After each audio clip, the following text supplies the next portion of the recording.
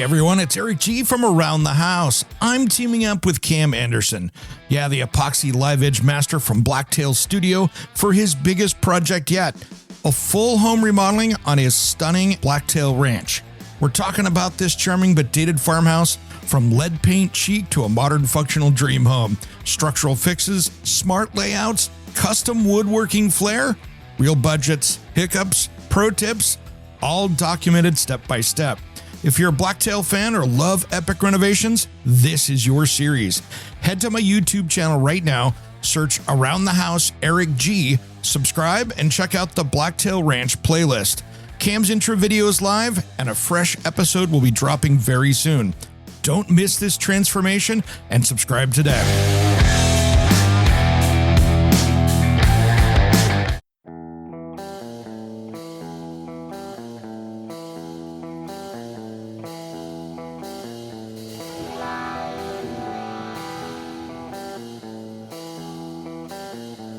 Everybody stop what you're doing, please! When it comes to remodeling and renovating your home, there is no better show on your radio.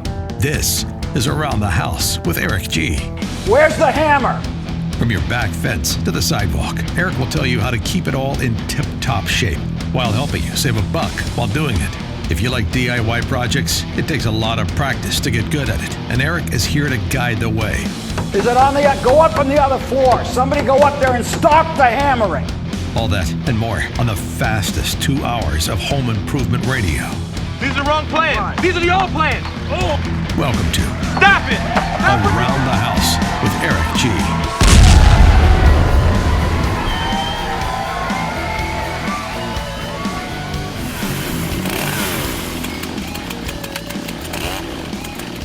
Welcome to Around the House with Eric G. This is where we talk home improvement all week long. Welcome to the midweek special. I'm Eric G. Thanks for taking a listen today.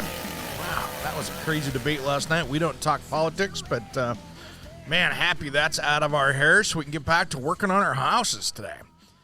Well, here's the thing. I wanted to talk a little bit about something that we haven't talked about before on Around the House, and this is something that, of course, didn't make it into last weekend's show, and this weekend is jam-packed, and I'm going to bring an expert in one of these days, but I wanted to talk a little bit about today about doing research and finding out the history of your house.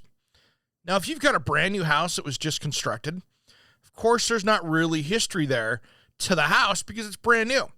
But maybe there's some history of the farm property that was on or what happened there before your house. But if you're like me, where I've got a 1970s built home, then there's some cool history you can do. And let's start out about how you can start doing this. So if you've had this house for a little bit, and maybe you bought it within the last 5 years, and you don't really know the history behind it, you can jump on and do an internet search. And I found a lot of history on mine, just what you'd see online. How so? Well, I jumped on to all the different, I just basically did a Google search of my address. Well, it's interesting when realtors have been putting stuff up on the market, and maybe your house has been sold a couple times in the last decade. You can find early YouTube videos that maybe the realtor put up from 10 years ago, those kind of things. So there's a lot that can be found just basically online. I knew by some of the work I've been doing around the house, especially on the exterior, that, this thing was yellow at some point. Well, I found a whole picture of my house being yellow. I found, 2 owners ago what they did on the inside. And so you can really start to see kind of what happened and what has been messed around with your house.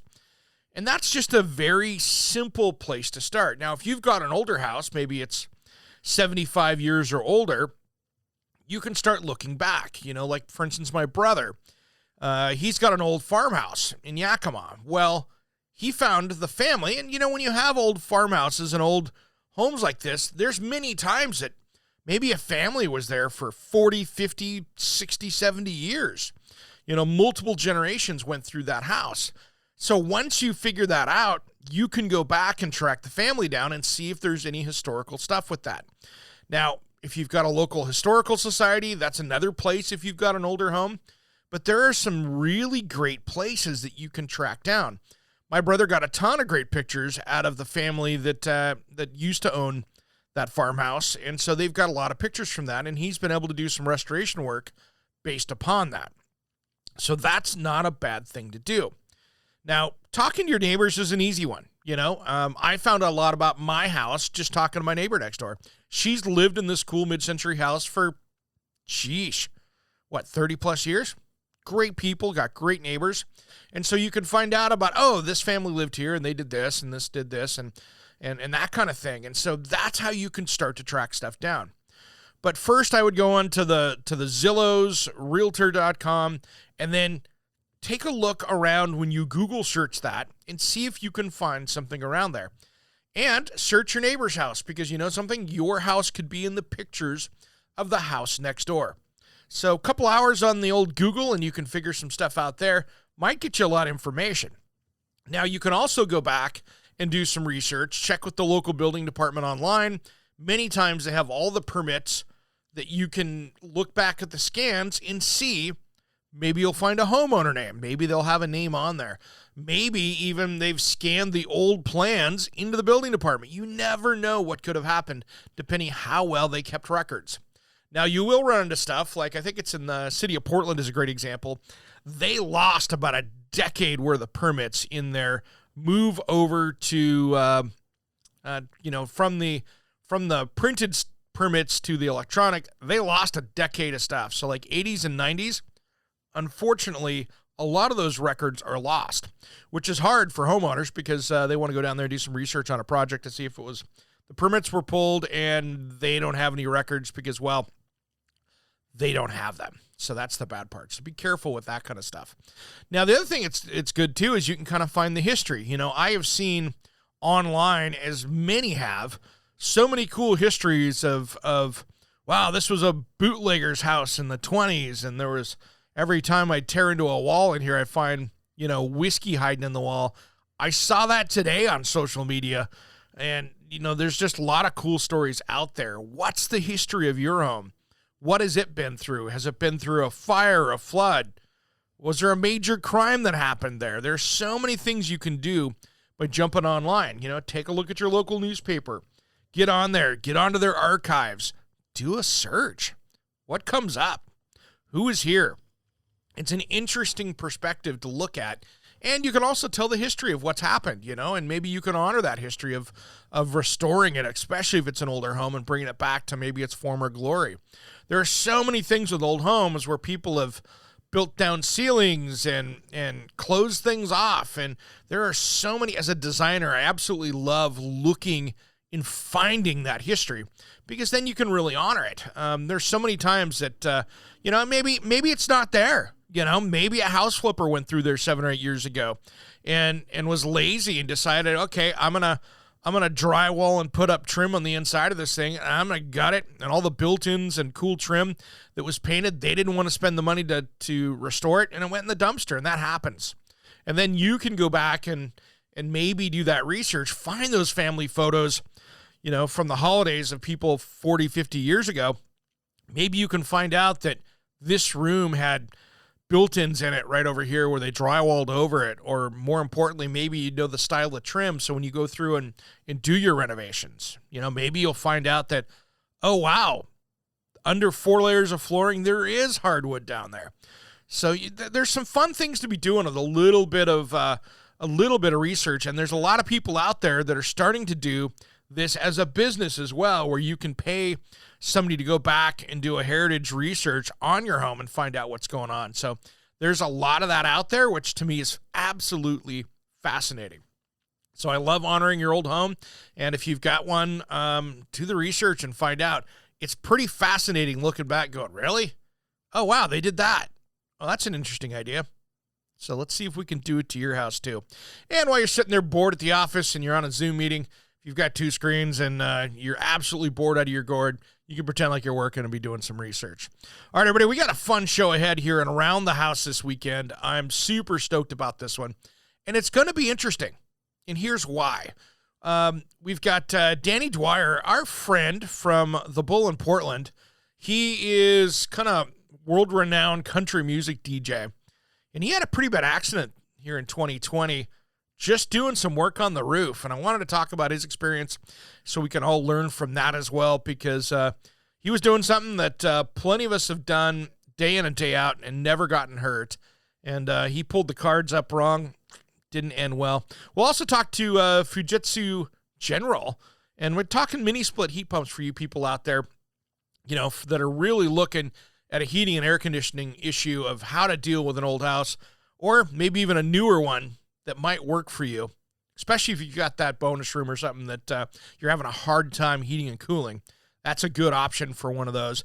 As well as we're going to be talking about some of the lifespan of things in your homes again, and maybe how long appliances. I think we'll get to appliances and some other things this weekend on that. As well as, we've got so many other. This is going to be one of those shows that's going to be jam-packed full of different topics and some short interviews, so nothing too long. This is not going to be our full hour segment of interviews, so make sure you take a listen to Around the House with Eric G this weekend. If you're on the radio show, great. You can catch that anywhere, but we're not going to have the full interviews on a lot of these, so make sure you catch the podcast, which right here is where you're going to catch that at, and make sure you got that covered. All right, everybody, have a great rest of the week. Have a good one. I'm going to enjoy our sunshine here in Portland. We've got about another 7 or 8 days of Indian summer, as they call it here. And then we get into the days and weeks and months of rain. And I'm going to go out and enjoy it. Have a great rest of the week, everybody. I'll see you outside. Thanks for listening to Around the House.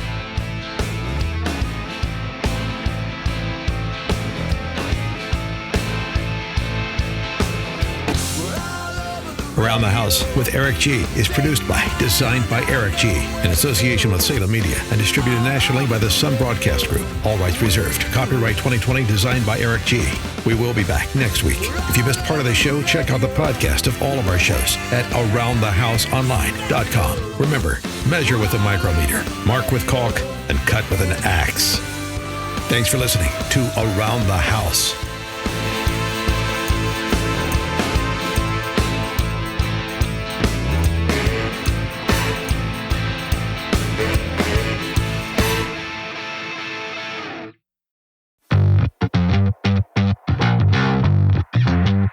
Hey folks, Jim here, producer of Around the House Show. You're loving the audio tips right now, but here's something new. Our full-length episodes and expert interviews are now on YouTube as video, so you can watch the demos, tool close-ups, and guest interviews, or just hit play and listen like a regular podcast. Just search Around the House Show on YouTube, hit that red subscribe button, and turn on notifications. It's free. And you'll get the best of both worlds, visual how-tos when you want them, audio when you're on the go. Don't forget to subscribe on your podcast app too. Thanks. And now back to the show.